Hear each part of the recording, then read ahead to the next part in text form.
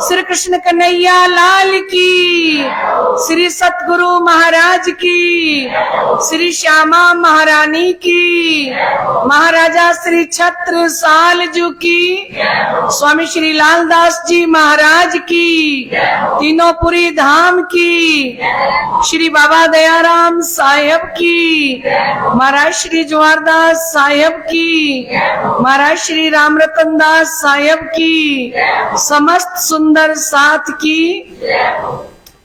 श्री वंदो सतगुरु चरण को, करो सो प्रेम प्रणाम। आशो भरण मंगल करन, धनी श्री देवचंद्र जी नाम। श्री प्राणीनाथ निज मूल पति, श्री मेहराज सुना। श्री तेज कुंवर श्यामा युगल को, पल पल करूं प्रणाम, पल पल करूं प्रणाम। श्री प्राणीनाथ तुम सत्य हो, तुमसे चलत जहाज, मैं आधीन करनी नहीं, बाहें ग्रहे की लाज। ज्यारे धनी धनवट करें, त्यारे बल बैरी ना हरे। वली गया काम सराड़े चढ़े, मन चित व्याकारज सरे, मन चित व्याकारज सरे। बोलिए श्री प्राणनाथ प्यारे की जय। आइए लाडले सुंदर साथ जी, हम सुरता के द्वारा, ध्यान के द्वारा श्री 5 पद्मावतीपुरी धाम श्री बंगला जी दरबार में चलते हैं, जहां श्री जी इस समय वाणी चर्चा करने के लिए तखत पर विराजमान हो जाते हैं। हम चितवनी से देखेंगे, दोनों बाजू भर के 5000 सुंदर साथ बैठे हैं, बिल्कुल सन्नाटा होता है और श्री जी इस समय वाणी चर्चा प्रारंभ करते हैं। ऐसे श्री जी साहेब जी के चरणों में हम साष्टांग दंडवत प्रणाम करते हुए और अपना एक भाव रखते हैं। धाम से आए प्राणनाथ, नाथ को प्रणाम करो। धाम से आए प्राणनाथ, नाथ को प्रणाम करो। और धाम से आए प्राणनाथ, नाथ को प्रणाम करो। धाम से आए प्राणनाथ, नाथ को प्रणाम करो। ओ बार बार सजदा करो, मेहरों से झोली भरो। बार बार सजदा करो, मेहरों से झोली भरो। मतलब मैं ताली बजाऊंगी तो आप ताली बजाओगे, है ना? अगर नहीं बजेगी यहाँ से तो आप नहीं बजाओगे। ओ बार बार सजदा करो, मेहरों से झोली भरो। ओ बार बार सजदा करो, मेहरों से झोली भरो। पन्ना में विराजे प्राणनाथ, नाथ को प्रणाम करो। पन्ना में विराजे प्राणनाथ, नाथ को प्रणाम करो। ओ बार बार सजदा करो, मेहरों से झोली भरो। ओ बार बार सजदा करो, मेहरों से झोली भरो।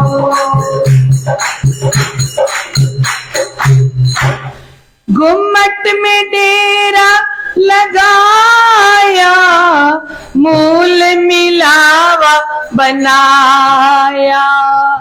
गुम्मट में डेरा लगाया, मूल मिलावा बनाया।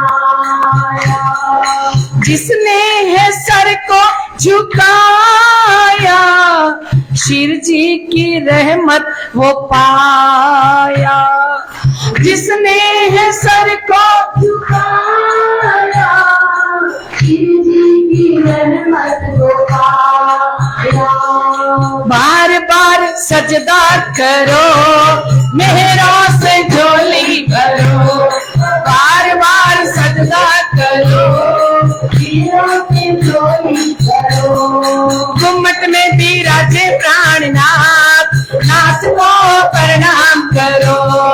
गुम्मट में विराजे प्राणनाथ, नाथ को प्रणाम करो। बंगला में विराजे प्राणनाथ, नाथ को प्रणाम करो। बंगला में विराजे प्राणनाथ, नाथ को प्रणाम करो। बार बार सजदा करो, मेहरा से झोली भरो, बार बार सजदा करो, मेहरा से झोली भरो। बोलिए श्री प्राणनाथ प्यारे की जय। श्री मामत के ए मोमिनो, सुनियो ये भी तक, आगे फिर कह तो जो आज्ञा है हक, जो आज्ञा है हक। अरब यात्रा संबत 1700 तिलोत्तरे महीने हुक्म हुआ श्री राज, गांग जी भाई के काम को तुम जाओ श्री महाराज, तुम जाओ श्री महाराज। बोलो श्री प्राणनाथ प्यारे की। साक्षात स्वरूप में विराजमान धामधनी अक्षरातीत शिरजी बाईजू राज जी के श्री चरणों में कोटान कोट बेर प्रणाम। इस तखत पर विराजमान महामती स्वामी श्री लालदास महाराज श्री जी के चरणों में कोटि कोटि प्रणाम। हृदय स्थल में विराजमान परमहंस वाणी विशारद चर्चनी सम्राट श्री श्री 108 महाराज श्री जवाहरदास जी के श्री चरणों में कोटि कोटि प्रणाम, जिनकी कृपा से ये जागने का कार्य संभव हो पा रहा है। लाडले सुंदर साथ जी एवं हमारे मंदिर के श्री पुजारी जी महाराज, सभी ट्रस्टीगण, आत्म संबंधी श्री राजी महाराज के 3 वर्ष से लाइव चर्चा सुन रहे समस्त सुंदर साथ जी एवं सन्मुख बैठ के नियमबद्ध होके वाणी चर्चा का आनंद ले रहे, बीतक का आनंद ले रहे समस्त सुंदर साथ के हृदय में विराजमान श्री राज श्यामा जी के श्री चरणों में मेरा कोटि कोटि प्रणाम। लाडले सुंदर साथ जी, कल हम सुन रहे थे महामती स्वामी श्री लालदास जी महाराज ने हमें बताया कि किस प्रकार से श्री जी साहेब जी ने तोला भर अनाज जब कर दिया और कितनी चिंता हुई बालबाई जी को कि एक भाई पहले चला गया और दूसरा जाने के लिए तैयार है, आप चिंता क्यों नहीं करते। और श्री देवचंद्र जी महाराज ने बुला के उनसे पूछा तो उन्होंने कहा आप परम धाम का दर्शन करते हो, मैं क्यों नहीं करता। तो उन्होंने कहा मोए उठाओ बैठो तुम, ये हुक्म की वस्तु है, एक समय में एक स्थान पे रहेगी। जिस दिन मैं इस संसार से उठ जाऊंगा, मेरा धाम गमन हो जाएगा, तब आपको दर्शन होना शुरू हो जाएगा। तो लाडले सुंदर साथ जी ऐसा श्री जी नहीं चाहते थे। श्री जी साहेब जी ने कहा नहीं सतगुरु जी, मैं ऐसा कभी नहीं चाहूंगा कि परम धाम के दर्शन करने के बदले में आपको यहां से परम धाम जाना पड़े, देह का त्याग करना पड़े। तो वैराग उतारने के लिए अहमदाबाद भेजा कि जाओ। बालबाई जी के कहने के बाद, क्योंकि बालबाई जी ने कहा इनको कोई माया का काम दो, अब अहमदाबाद में जाते हैं महेश्वर तंत्र लेने के लिए, पुराण संहिता और भी शास्त्र कह के जाओ ले आओ, ब्रह्म वैवर्त पुराण। अब लेने के लिए गए, उन्होंने सोचा बहुत टाइम लग जाएगा, पैदल चल के जाएंगे, बहुत समय लगेगा। लेकिन श्री जी जैसे ही पहुंचे, एक पेड़ के नीचे एक योगी बैठे हैं, सारे शास्त्र लेके बैठे हैं। और उन्होंने पूछा बच्चा कहाँ जा रहे हो? तो उन्होंने कहा मेरे को तो ब्रह्म वैवर्त पुराण और महेश्वर तंत्र चाहिए।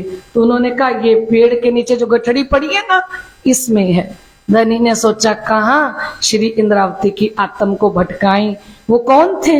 वो स्वयं श्री राजी महाराज थे। सारे ग्रंथ लेके पहले से प्रत्यक्ष रूप में बैठ गए, और जैसे ही उन्होंने ग्रंथ लिया, उठाया, पीछे मुड़ के देखते हैं तो वहां पे तो कोई नहीं था, और ये लेके भी आ गए। उन्होंने सोचा था कहीं जाएंगे, ढूंढेंगे, पता करेंगे और बहुत समय लगेगा, लेकिन श्री जी जल्दी आ गए। अब सतगुरु देवचंद्र जी महाराज ने दूसरी सेवा बख्शीश की। क्या कहा कि जब संवत 1703 आता है, श्री जी साहेब जी की आयु हो गई है 28 वर्ष की।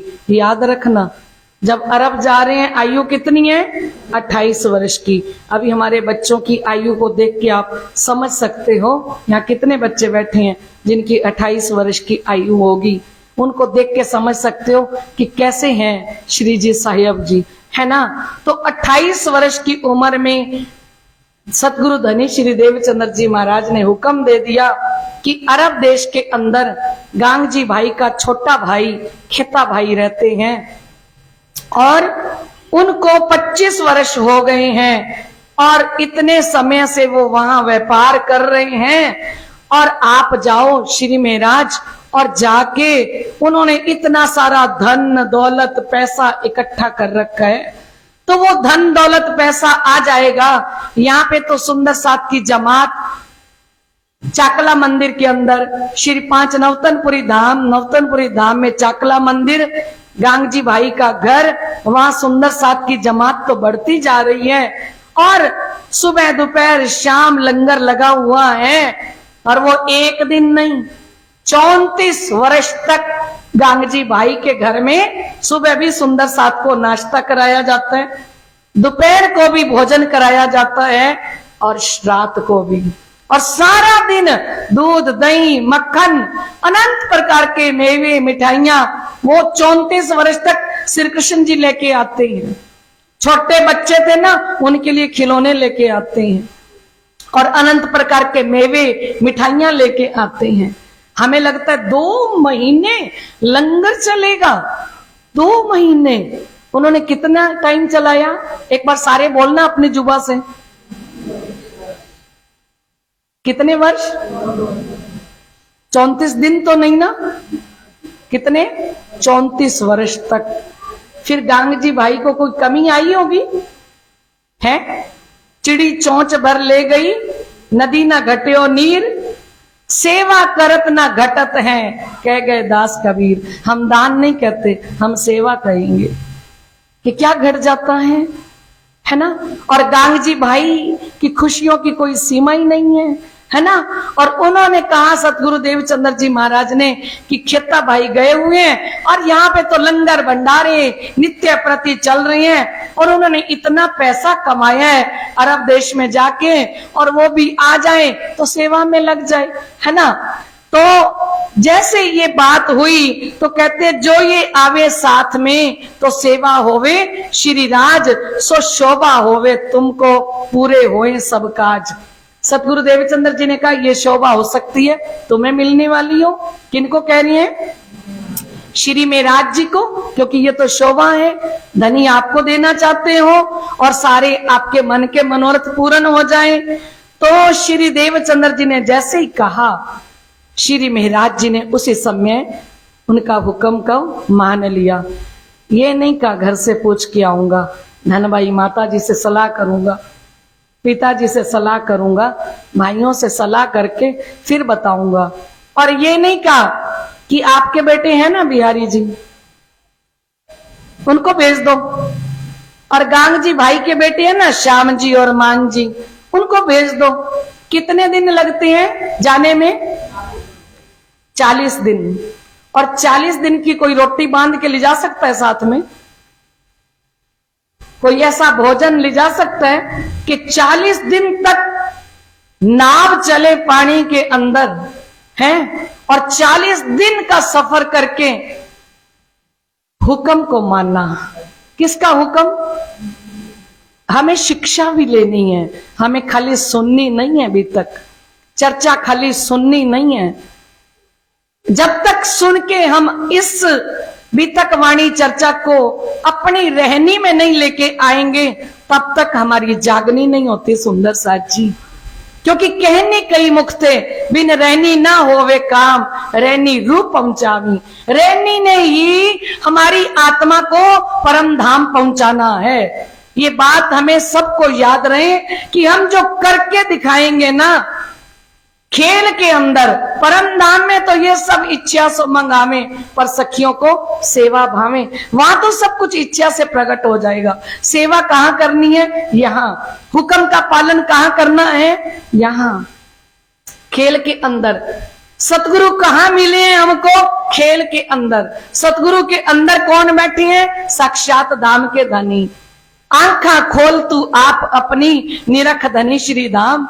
श्री जी ने कहा आंखें खोल के अपने धनी को, अपने प्रीतम को देखिए, जो हमें जगाने के लिए आए। और सतगुरु देवचंद्र जी ने हुक्म किया, पहचान कर ली। क्योंकि कल ही तो कहा क्या कि अगर इनकी पहचान कर लेता तो इन्हीं की परिक्रमा करता रहता।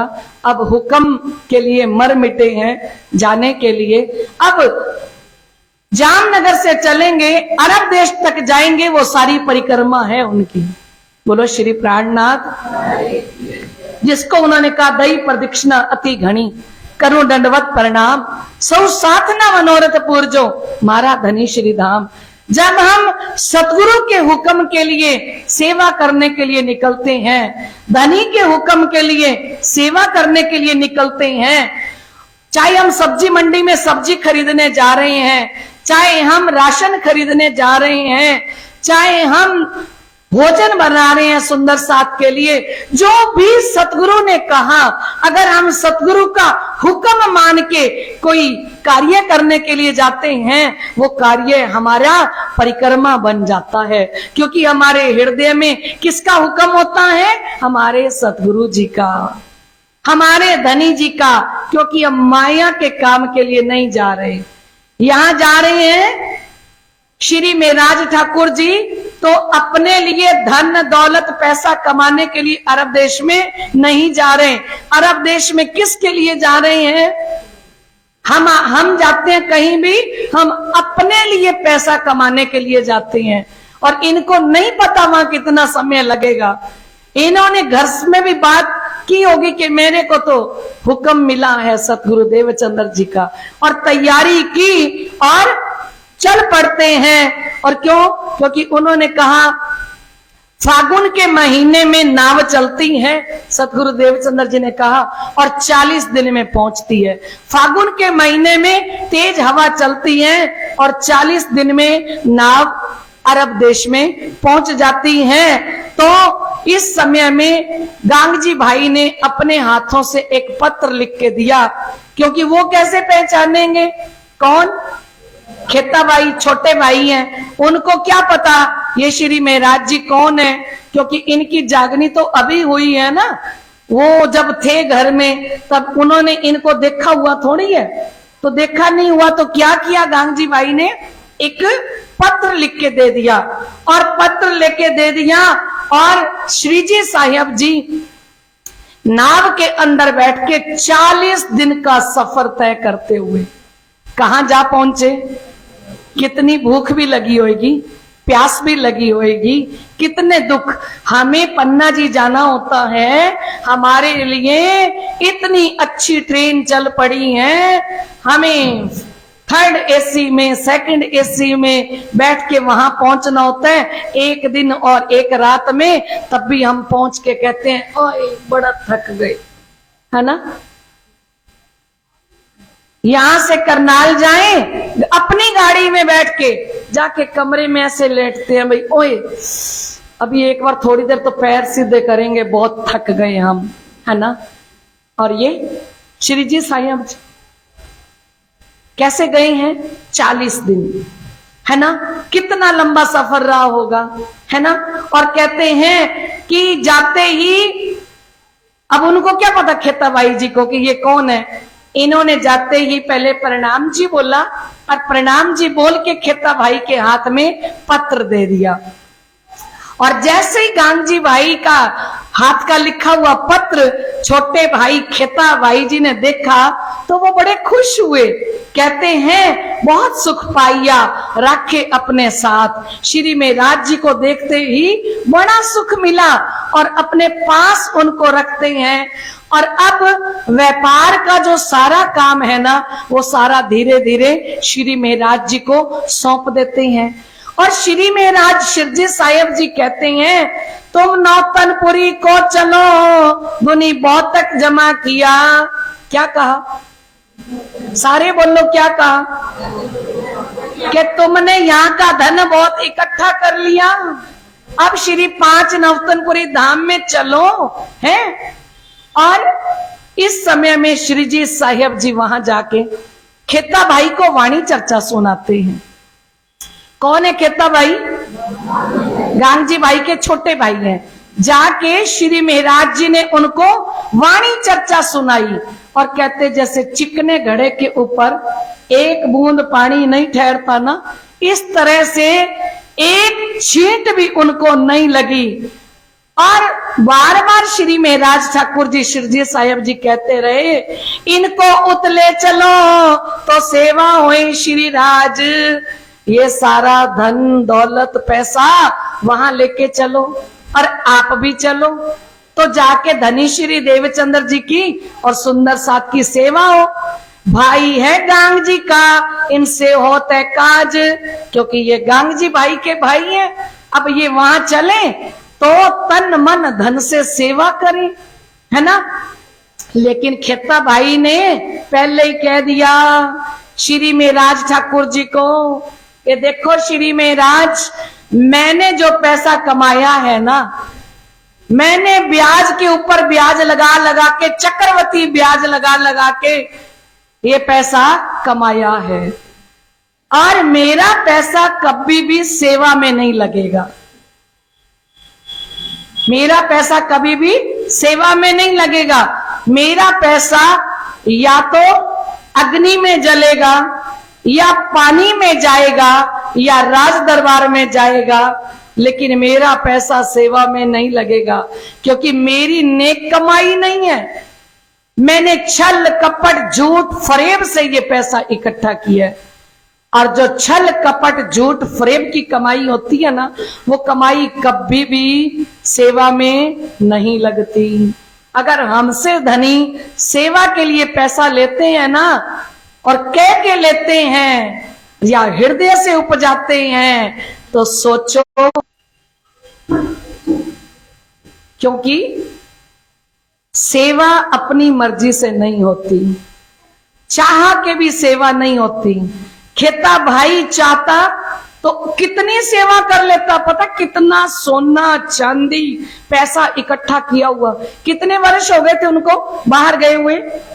25 वर्ष। सोचो 25 वर्ष में उन्होंने कितना पैसा कमाया होगा वहां अरब देश में जाके। लेकिन अब आप देखते जाना, रोज शिरजी साहिब जी कहते रहे, रोज कहते रहे, रोज चर्चा सुनाते रहे कि आप चलो नौतनपुरी धाम, है ना। ये माया ना कभी किसी की हुई है ना होगी, चलो सतगुरु के चरणों में। लेकिन वो कहते चिकने घड़े ऐसे थे खेता भाई कि एक छिटक तक नहीं लगी।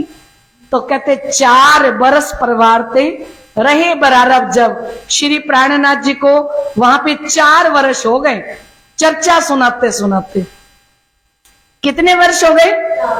4 वर्ष। मेर होवे ना बिना अंकुर के बिना कृपा होती नहीं।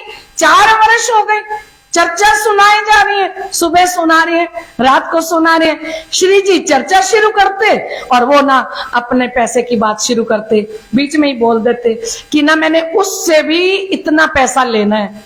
सुनो सुनो सुनो महाराज, वो जो बंदा है ना उसको भी मैंने इतना पैसा दिया हुआ है, उसकी भी इतनी ब्याज है, उससे भी इतना पैसा लेना है, उससे भी लेना है। और ये सोना चांदी जो रखा हुआ था ना इनके पास, वो उन्होंने किस लिए रखा हुआ था? उसके बदले में उन्होंने उनको किसी के कड़े रखे होंगे, किसी की चैन, किसी की बालियां, है ना, कोई सोने की ईंट, उसके बदले में क्या दिया, कोई सोने के बिस्किट, उसके बदले में सारा क्या दिया हुआ था, पैसा दिया हुआ था, और उसकी वो ब्याज भी ले रहे थे। ठीक है, अब श्री जी साहिब जी कह कह के थक गए। वो जब बात करते चर्चा की, खेता भाई तभी बात करते कि एक और याद आई, किनसे पैसा लेना है, उनसे भी लेना है। आप ना लिखते जाओ मुझे किस किस से पैसा लेना है और कहां कहां मैंने पैसा अपना बिखेरा हुआ है, कितने गोदाम है, कितना पैसा है। तो कहते 4 वर्ष परिवार ते रहे बरारब, जब खेता पहुंचा अपने ठौर मौत हुआ तब। बोलो श्री प्राणनाथ। बताओ, सोने की ईंटें, सोने के बिस्किट, इतना सोना चांदी पैसा इकट्ठा किया, कितने टाइम तक, 25 वर्ष अपनी उम्र लगा दी उस पैसे को कमाने में। अब लेके क्या गए साथ में, इधर परिवार छोड़ा हुआ था, हीर भाई जी यही हैं, बेटा धन जी यही हैं, गांग जी भाई यही हैं, सारा परिवार यहाँ है और सारा परिवार आनंद ही आनंद लूट रहा है श्री 5 नवतनपुरी धाम के अंदर। सतगुरु देवचंद्र जी महाराज लीला कर रहे हैं और सारी परम धाम की नियामतें उतर उतर के आ रही हैं। 4 वर्ष समझाते रहे कि तुम चले जाओ, मैं तुम्हारे बिजनेस का जितना पैसा है ना सारा लेके आ जाऊंगा, आप जाओ दर्शन तो करो। पर ये बेचारे क्या करें, सुख ताले लिखा ना है, ये क्या करें, इनके नसीब के अंदर लिखा नहीं था और उनकी मौत हो गई, है ना। तो कहते जैसे ही खेता भाई की मौत हुई, वहां का हाकिम था शेख सल्ला, उसको पता लगा कि बहुत पैसा है खेता भाई का, उसने सारे के ऊपर अपनी मोहर लगा दी रातों रात। श्री जी उगराई लेने के लिए, पैसा इकट्ठा करने के लिए बाहर गए हुए थे और शेख सल्ला ने क्या किया, जितने गोदाम थे उन सब के ऊपर अपनी मोहर लगा ली, अपने सारा जो उसका पैसा था खेता भाई का वो जब्त कर लिया। और हाकिम ने बुरी नजर करी कि अगर मेहराज मुझे दिख जाए ना तो मैं उसे मरवा दूं। क्यों? क्योंकि वो हिंदुस्तान से आया हुआ है। श्री जी ने घोषणा की थी कि मैं खेता भाई का छोटा भाई हूं और मैं हकदार हूं सारे पैसे का। ये हाकिम को पता लग गया था कि ये हिंदुस्तान से आया है और ये उसका भाई है और बस एक यही है यहाँ पे, और तो कोई है ही नहीं, इस सारी दौलत का मालिक और तो कोई है ही नहीं। और उसने सोचा मैं इनको रातों रात ही मरवा दूं। और कहते हैं शिरजी साहिब जी को अंदर से इल्हाम हुआ, आवत जावत जो खबरें सो पर्दे से देखत, बैठी तले कदम के लेवत ए लज्जत। परम धाम से खबर आती भी है और हमारी खबर परम धाम में जाती भी है। आत्मा ने प्रेरणा दी कि मुझे यहां नहीं रहना चाहिए। श्री जी वहां से निकल गए, एक पहाड़ी में जाके छुप गए और वहां से चल के सुल्तान के पास जाते हैं मस्कत बंदर में। मस्कत बंदर में बहुत बड़ा अधिकारी था सुल्तान, उसके पास जाते हैं और 2 महीने तक फरियाद करते हैं जाके। कहते हैं कि देखो मेरा खेता भाई है और उन्होंने इतना पैसा कमाया, उनकी मौत हो गई है और सारे पैसे पर शेख सल्ला हाकिम ने अपनी मोहर लगा ली है ना। और वहां से जब 2 महीने तक एप्लीकेशन देने जाते रहे, 1 दिन नहीं 2 दिन नहीं, वो फाड़ देता था, वो एप्लीकेशन ही नहीं देखता था। 2 महीने लगे लेकिन कोई सुनवाई श्री जी की नहीं हुई। तो कहते हैं जब वहां से वापिस आ रहे थे तो अक्षरातीत धाम धनी ने देखा कि मेरी इंद्रावती की आत्म कब तक भटकती रहेगी, ये अधिकारियों के चरणों में कब तक जाएगी, कब तक हाथ जोड़ती रहेगी, कब तक उनको बार बार प्रार्थना करती रहेगी। रास्ते में वहां से वापस आ रही हैं एप्लीकेशन देके और प्रार्थना पत्र देके, तो रास्ते में साक्षात श्री राज जी महाराज आ गए। जब उससे पीछे फिरे एक मिला अरब, 3 आगे भी तक कई 3 लिख दिया तब। बोला श्री। जब वहां से वापस आ रहे आरबी वेश के अंदर श्री राजी महाराज वेश धारण करके आ गए और एक रुक्का लिख के दे दिया।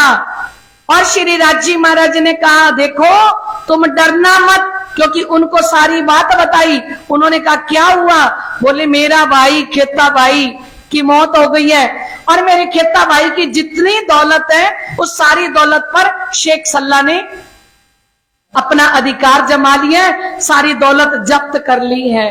तो उस समय में श्री राजी महाराज ने आरबी वेश में एक रुक्का लिख के दिया और कहा कि महाराज डरना मत। ये रुक्का देते हुए डरना मत। क्या कहते हैं? हिम्मत करके कहियो जब निकले सुल्तान, पूरी पावर के साथ ये रुक्का देना, डरना मत। तब छेड़ा पकड़ के ये सुनाइयो कान। अगर वो भागने लगे ना घोड़े पे तो उसका पल्ला पकड़ लेना और डरना मत, खींच देना पल्ले को भी, क्योंकि मैं तुम्हारे साथ हूं इस रुक्के के रूप में। किस रूप में? ये रुक्का नहीं है, ये पूरी शक्तियां भर दी उसके अंदर, है ना। तो उस रुक्के के अंदर लिखा था कि मेरे गले में थी सो डालत हूं गले तुम। अब तक तो ए सुल्तान ये सारा कुछ मेरे गले में था, क्योंकि मुझ पे आरोप लगने वाला है कि मैंने पैसा शायद उसका हड़प ना लिया हो, और अब तक ये मेरे गले में थी। अब ये सारा बोझ सुल्तान साहब मैं आपके गले में डालता हूं। और उसमें लिखा था ले हिसाब रोज ईद के। ईद के दिन सारी दुनिया सन्मुख होगी खुदा ताला के, सबका हिसाब होगा। ऐसा मुसलमानों के लिए कुरान के अंदर लिखा है कि ईद के दिन खुदा सबका हिसाब लेगा, छिपी किसी की ना रहे, करना धनी अदल, किसी का छिपा नहीं रहेगा। तो उन्होंने कहा ले हिसाब रोज ईद के जब होवे हक हुक्म, ओ पूर्ण ब्रह्म परमात्मा के सामने, खुदा ताला के सामने जब आप खड़े होवोगे उस समय उनके हुक्म से मैं आपसे हिसाब लूंगा। अगर आज आपने मेरा न्याय नहीं किया। जब चला सुल्तान निमाज को एक खड़े बीच रहा, सुल्तान जैसे निकला नमाज अदा करने के लिए, श्री जी साहिब जी रास्ते में खड़े हो गए, है ना।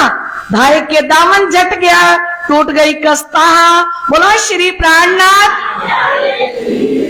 धनी ने कहा था ना डरना मत, वो राजा है, सुल्तान है, उनके जामे की जो तनी होती है ना, ये साइड से तनियां बंदी होती हैं, उन्होंने कस खींची क्योंकि वो घोड़े पे जा रहे थे, और तनी खींची तो तनी हाथ में आ गई। कस कहां आ गई? टूट गई। और कस टूटने का मतलब है सीधा फांसी का हुक्म। और वो भी किसको? वो भी सुल्तान को। जाते हुए एक हिंदू उनकी कस पकड़ के खींच ले, उन्हीं का जमाना, उन्हीं का राज्य, उन्हीं का शासन, और उनके शासन में कोई हिंदुस्तानी इतनी बड़ी गुस्ताखी करे एक सुल्तान के साथ, तो सोचो उसके बदले में क्या सजा होगी, है। तो कहते हैं वहां पे चारों तरफ सुल्तान के इर्द गिर्द पहरेदार खड़े थे, सिपाही खड़े थे, है ना। और सारी हकीकत उन्होंने उनको सुनाई। किसको सुनाई? सुल्तान को। और क्योंकि उन्होंने कहा कि लात खोप या बनी कहो सब तेरी बात, सुल्तान कहने लगा ए बेटा डरो मत, आपकी जो बात है वो सारी बताओ। तब रुक्का दिया हाथ में, कई सब विख्यात रुक्का पकड़ा दिया और कहा मैं 2 महीने तक आपके अधिकारियों के पास भटकता रहा हूं, लेकिन किसी ने मेरी सुनवाई नहीं करी है। मैं अपने गले का बोझ सो डारत हूं गले तुम। अब तक तो ये खेता भाई का सारे पैसे का बोझ मेरे गले में था, मैं तुम्हारे गले में डाल रहा हूं। ले हिसाब तुम सो खुदाए के हुक्म, खुदा के हुक्म से मैं आपसे हिसाब लूंगा। कब? जब हाथ तुम्हारा हाथ में होवेगा खुदाए, जब तुम्हारा हाथ खुदा के हाथ में होगा। इंसा अल्लाह ताला रोज ईद के तब ले दामन झटक के। इंसा अल्लाह ताला चाहेगा ना, उस खुदा के सामने भी मैं तुम्हारा दामन झटक के हिसाब लूंगा। सुल्तान को क्या पता कि जो मेरे सामने खड़े हैं यही हक की सूरत, यही आखिरी ईसा रूह अल्लाह, आखिरी इमाम मेहंदी, इन्हीं के चरणों में पूरे ब्रह्मांड ने जाना है। सुल्तान क्या जाने हैं। श्री जी ने श्रृंगार ग्रंथ में कहा, सभी पैगंबर होशी शर्मिंदे, जलती जलती आग जासी, मोहम्मद पे ये आग कोई ना सके छुड़ाए। सभी पैगंबर होशी शर्मिंदे, कहते सब शर्मसार होंगे, क्योंकि इस आग से 1,20,000 पैगंबर भी नहीं बचा पाएंगे। और किसके पास जाएंगे? आखिरी इमाम मेहंदी स्वामी श्री प्राणनाथ के पास जाएंगे। ए सुल्तान को क्या पता, जो मुझे रुक्का पकड़ा रहे हैं, जो मेरे सामने खड़े हैं, जो इतनी बड़ी बात कह रही हैं कि हाथ पकड़ के तेरा, खुदा के हाथ में जब हाथ होगा तब दामन झटक के तुझसे हिसाब लूंगा। हिसाब लेने वाले तो हक की सूरत खुद हैं, उनको क्या पता है ना। तब जवाब सुल्तान ने दिया यूं कर इत, ये कलाम दुर्लभ, ये बखत रोज क्यामत। सुल्तान कहता है जो आप शब्द बोल रहे हो ना, ये बड़े सख्त शब्द हैं। ये शब्द तो आज तक किसी ने भी नहीं बोले जो आप बोल रहे हो कि खुदा की अदालत में दामन झटक के आपसे हिसाब लिया जाएगा। आप तो कयामत की बात कर रहे हो, बड़ी खुशी की बात है ना। छेड़ा झटका अपना देख तरफ खुदाए, और कहते वो जैसे ही अपना छेड़ा झटका उस सुल्तान ने और ऊपर खुदा की तरफ देखा, ये सुकून मुझको कबू किनू ना सुनाए। ऐसे शब्द इतने वर्ष हो गए मुझे राज्य करते हुए, ऐसे शब्द मुझे कभी किसी ने भी नहीं सुनाए। मैं इतना तुमको ना कहता पर मुझ पर हुआ जुलम। श्री जी साहिब जी ने कहा मैं इतना न कहता आपको, पर मुझ पे बहुत बड़ा जुलम हुआ है। मैं बहुत भटका तब फरियाद करी आगे तुम, मैं 2 महीने तक भटका हूं तब आके आपके सामने फरियाद की है। और राज सुल्तान कहता है इंसा अल्लाह ताला चाहेगा तो मैं तेरा हिसाब करूंगा और तेरी पाई पाई तुझे दिलाऊंगा। और कहते हैं तेरा तुझको दिलाऊं, कर दिया तो ये सब माफ। बोलो श्री प्राणनाथ। मेरी कस तोड़ने का की सजा है सीधा फांसी, पर मैंने तुझे माफ कर दिया। आज आपने माफ किया तो ऊपर कौन बैठेंगे? कौन बैठेंगे? उस समय आप उनके सामने होवोगे, वो सारे गुनाहों को माफ कर देंगे। बोलो श्री प्राणनाथ। तो कहते वो तो गया नमाज को, फिर आए अपने घर। वो तो नमाज पढ़ने चला गया और शिरजी साहिब जी अपने घर आए। और प्रातः काल जब हुई तो 2 सिपाही आए शिरजी को लेने के लिए। शिरजी साहिब जी घर में बैठे भोजन कर रहे हैं और 2 सिपाही आते हैं तो कहते हैं लाओ उस शख्स को जिन दामन झटका बीच रहा। सुल्तान ने हुक्म किया जिसने मेरी कस तोड़ी थी ना, उनको बुला के लाओ, इनका हिसाब पहले करूं, ये वास्ता है खुदा। क्या कह रहे हैं? इनका हिसाब सबसे पहले करूंगा क्योंकि इन्होंने मुझे खुदा का वास्ता दिया है ना। तो 2 चौकीदार मतलब 2 सिपाही पुकारते हुए गए, कहा कि वो शख्स कौन है। पूरा वो ढोल के द्वारा पुकारते थे, ढोल बजा बजा के, कि कौन है वो शख्स जिसने कल सुल्तान साहब का दामन झटका था। तो श्री जी आप खड़े थे, कया वह शख्स है हम। बोला श्री शिरजी साहिब जी बाहर निकल के आए, बोले वो तो मैं हूँ। 2 बाजू 2 पकड़ के खड़े किए तले हुक्म। पुलिस वालों ने दोनों बाजू से पकड़ा और सुल्तान के सामने लाके खड़ा किया। और जब सुल्तान के पास आके बैठे तो सुल्तान साहब जी दीवान पे बैठे हैं और उन्होंने दीवान पर श्री जी साहिब जी को बैठाया अपने पास और हिंदुस्तान की सारी हकीकत पूछी कि आपके हिंदुस्तान के अंदर किस प्रकार से आपका देश चल रहा है ना, और आपका संप्रदाय दीन इस्लाम कैसा चल रहा है ना। और बड़े प्रसन्नचित होके सुल्तान साहब श्री जी साहिब जी के साथ बातें करने लगे। राजी होए बातें करी तै क्यों फरियाद ना करी दीवान। बड़े प्रसन्न होकर सुल्तान ने कहा कि महाराज आप इतना परेशान हुए, हमारे दीवान साहब को कहना था ना। अब श्री जी ने कहा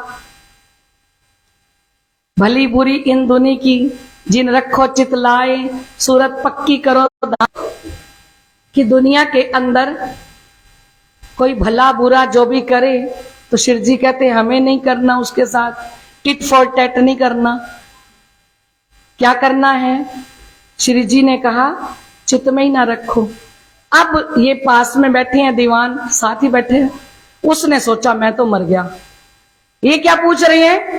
तो इन्होंने बोलना नहीं और उधर से वो बोलेंगे 2 महीने हो गए इसी के पास ये एप्लीकेशन, ये अर्जी लेके जाते हुए, ये प्रार्थना पत्र लेके जाते हुए।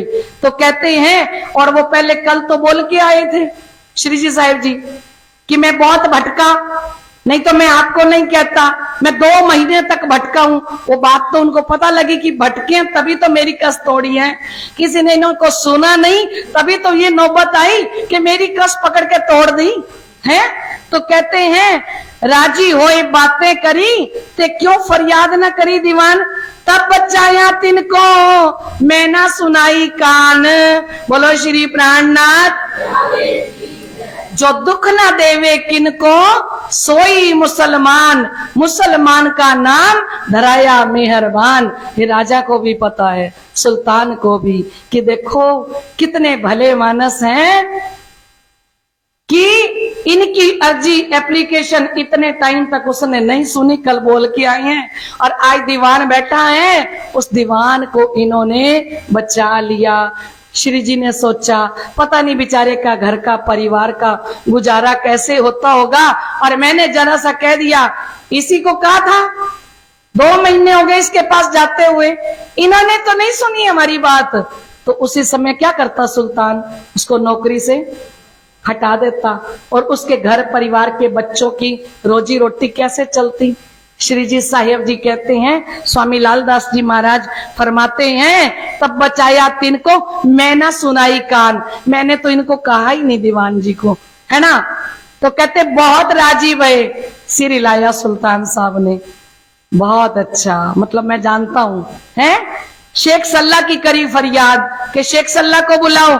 उसी वक्त हुक्म हुआ जड़ उखाड़ू बुनियाद। शेख सल्ला को बुलाया और कहा कि तेरे को मैं जड़ से उखेड़ दूंगा, मतलब तेरी नौकरी भी जाएगी और मैं तेरे को यहां से भी निकाल दूंगा। इनका जितना माल मता है ना, सब मता है इनका, सुनत दीजिए तुम। जितना इनका धन है, दौलत है, पैसा है, सारा इनको लौटाओ। किनको? सारे बोलो किनको? श्री मेराज जी को। कौन कह रहा है? सुल्तान कह रहा है। किसको कह रहा है? और ना तो मार उखाड़ू जड़ मूल से जो फेरा मेरा हुक्म। कहते मैं जड़ से उखाड़ के फेंक दूंगा अगर मेरा हुक्म आपने फेरा। तो कहते इस समय ये एक चौकीदार को, सिपाही को लिख के दे दिया और आए आगे खड़े रहे शेख सल्ला के द्वार। वो सिपाही आ गए शेख सल्ला के दरवाजे पर और कागज दिया हाथ में, करियो इत्सिताब। सिपाहियों ने कहा ये आपके लिए आया है, रुका, ये काम थोड़ा जल्दी कर लेना है। हुक्म हुआ है मुझको इन शख्स के बाद, ये जो शख्स आए हैं ना मेरे साथ, इनके लिए ये लिखा है उन्होंने पत्र, है ना। उसी समय में शेख सल्ला ने तुरंत कुंजी बखार की और सामा सब सारी गोदाम की चाबियां और सारा सामान काट के हाथों दई, ढील न करी। तब सारी चाबियां और सारा सामान शेख सल्ला ने निकाल के दे दिया और देरी नहीं करी। बोलो श्री प्राणनाथ प्यारे की, प्राणनाथ प्यारे की। अच्छा, एक प्रश्न अभी पूछ लिया जाए। बच्चे छोटे कहां बैठे हैं? वो दिखते ही नहीं है, बीच बीच में बैठते हैं ना। अक्षरा पूछ लूं कुछ है? पक्का?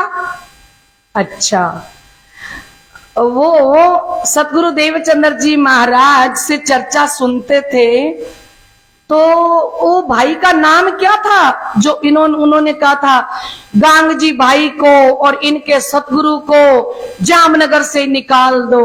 उस भाई का नाम क्या था? आप भी लाइव चर्चा सुनने वाले सारे सुंदर साथ धाम सखी का खिताब जीत सकते हो अगर आप भी प्रश्नों का उत्तर दोगे। आपको भी विनर चुना जाएगा।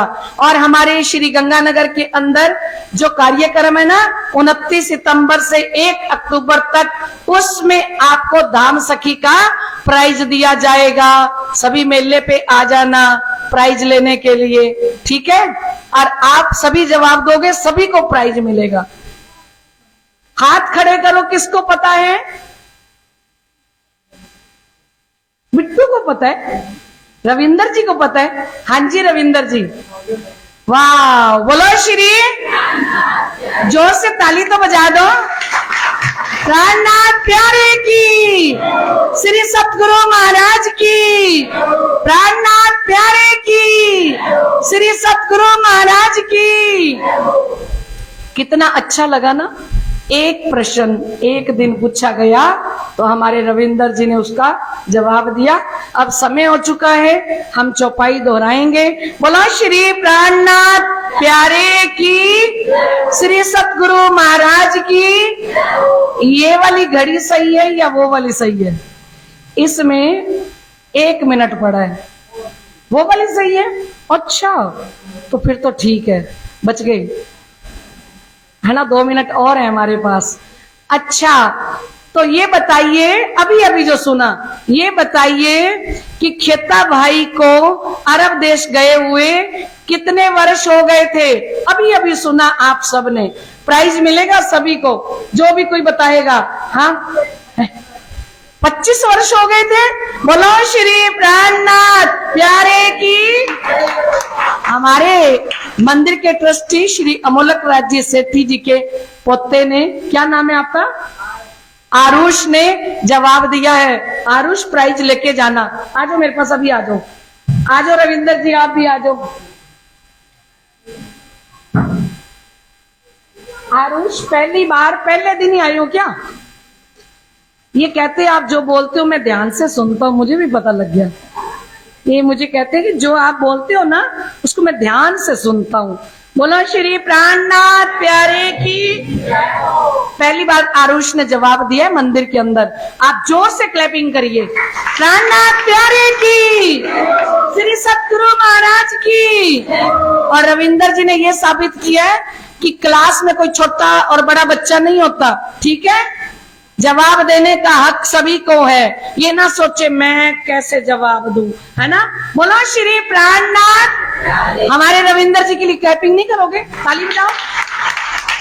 प्राणनाथ प्यारे की, सतगुरु महाराज की। अच्छा, वो नाव कितने दिन में पहुंची थी? अभी अभी सुना आपने, है ना? हाँ, जिसने कभी जवाब ना दिया हो उससे हम जवाब लेंगे। शिवम 40 दिन में पहुंची थी, पक्का? आ जाओ शिवम। प्राणनाथ प्यारे की, श्री सतगुरु महाराज की। देखो शिवम ने पहली बार यहाँ बैठ के आज भी तक सुन रहे हैं, है ना? ये शिवम पर कितनी बड़ी कृपा है कि पहली बार भी तक सुनी और प्रश्न पूछा गया तो उसका जवाब दिया। आप जोर से ताली बजाओ ना शिवम के लिए। प्राणनाथ प्यारे की, सतगुरु महाराज की। ऐसे छोटे छोटे प्रश्न पूछे जाएंगे तो कितना आनंद आएगा। और उस बच्चे को हमेशा याद रहता है कि मुझे इस प्रश्न के उत्तर पर रजिस्टर और पेन मिला था। ठीक है प्रधान जी, हमें कुछ प्राइज अच्छे से लिया दो। कैशियर जी बैठे हैं, कान में कह दो। कुछ नहीं होता पैसे खर्च करने से, मंदिर में बहुत आता है पैसा, है ना? बोलो श्री प्राणनाथ प्यारे की। भी थोड़ा सा बड़ा दिल करके अच्छे अच्छे प्राइज लेके आओ, परम धाम में दिखाए जाएंगे कि ये अंजू ने प्राइज दिया, ये रविंदर जी ने दिया, ये श्री जगमोहन जी ने दिया है। तो सबके नाम परम धाम में बोले जाएंगे, ये बबला रानी लाई थी, है ना। ये तो मैंने वैसे ही बोले हैं नाम, अब इनको तो लाने ही पड़ेंगे। अब कोई लाए ना लाए, जिनके नाम यहां बोले गए वो तो ऊपर लिखे गए। बोला श्री प्राणनाथ प्यारे की। आइए सुंदर साथ जी हम चौपाई दोहराएं। तुरंत कुंजी बखार की और सामा सब काट के हाथों दई, ढील न करी तब, ढील न करी तब। बोलो श्री प्राणनाथ प्यारे की। लाइव सुंदर साथ जल्दी जल्दी जवाब दिए जा रहे हैं। देखो कितनी अच्छी बात है, बहुत बढ़िया। और इसमें से हम विनर भी चुनेंगे। आप में से विनर कौन है, सबसे पहले किसने जवाब दिया, ठीक है। और आपके नाम की लिस्ट बना के फिर आपको भी प्राइज देंगे। बोलो श्री प्राणनाथ प्यारे की। श्री प्राणनाथ भज स्वामी प्राणनाथ ब्रह्म सृष्टि के कारण, के कारण सुंदर रूप धरे श्री प्राणनाथ सच्चिदानंद परमात्मा पूर्ण करता स्वामी पूर्ण करता अक्षर ब्रह्म पुजारी, अक्षर ब्रह्म पुजारी जो सृष्टि करता श्री प्राणनाथ भजो रे। लीला श्री निज धाम अखंड की जो कोई गावे, स्वामी जो कोई गावे। आवागमन मिटावे, आवागमन से छूटे मुक्ति फल पावे। श्री प्राणनाथ भज रे श्री चार चंद्रवाणी स्वामी ज्ञान धरे। श्री राम का जपना तारे काम का जपना कारज सिद्ध करे। श्री प्राणनाथ भज रे भगतन के दुख हरता कलयुग भाग धरे। स्वामी कलयुग भाग धरे। मैं हूँ पतित अभागी, मैं रंगना स्वामी श्री जी कृपा करे। श्री प्राणनाथ भज रे। आप कृपा के सागर कृपा करो स्वामी, गति में हरि करो स्वामी, उदाता दया करो स्वामी। अपना जीवन उतारो, अपनी शरण लगाओ, साथ के आप स्वामी श्री प्राणनाथ भज रे। आप कृपा कृपा करो स्वामी, गति में हरि करो स्वामी, उदाता दया करो स्वामी। अपना ज्ञान उतारो, अपनी शरण लगाओ, साथ के आप स्वामी श्री प्राणनाथ भज रे। प्राणनाथ भज रे। चारे पाँच स्वरूप भज रे, चारे पाँच स्वरूप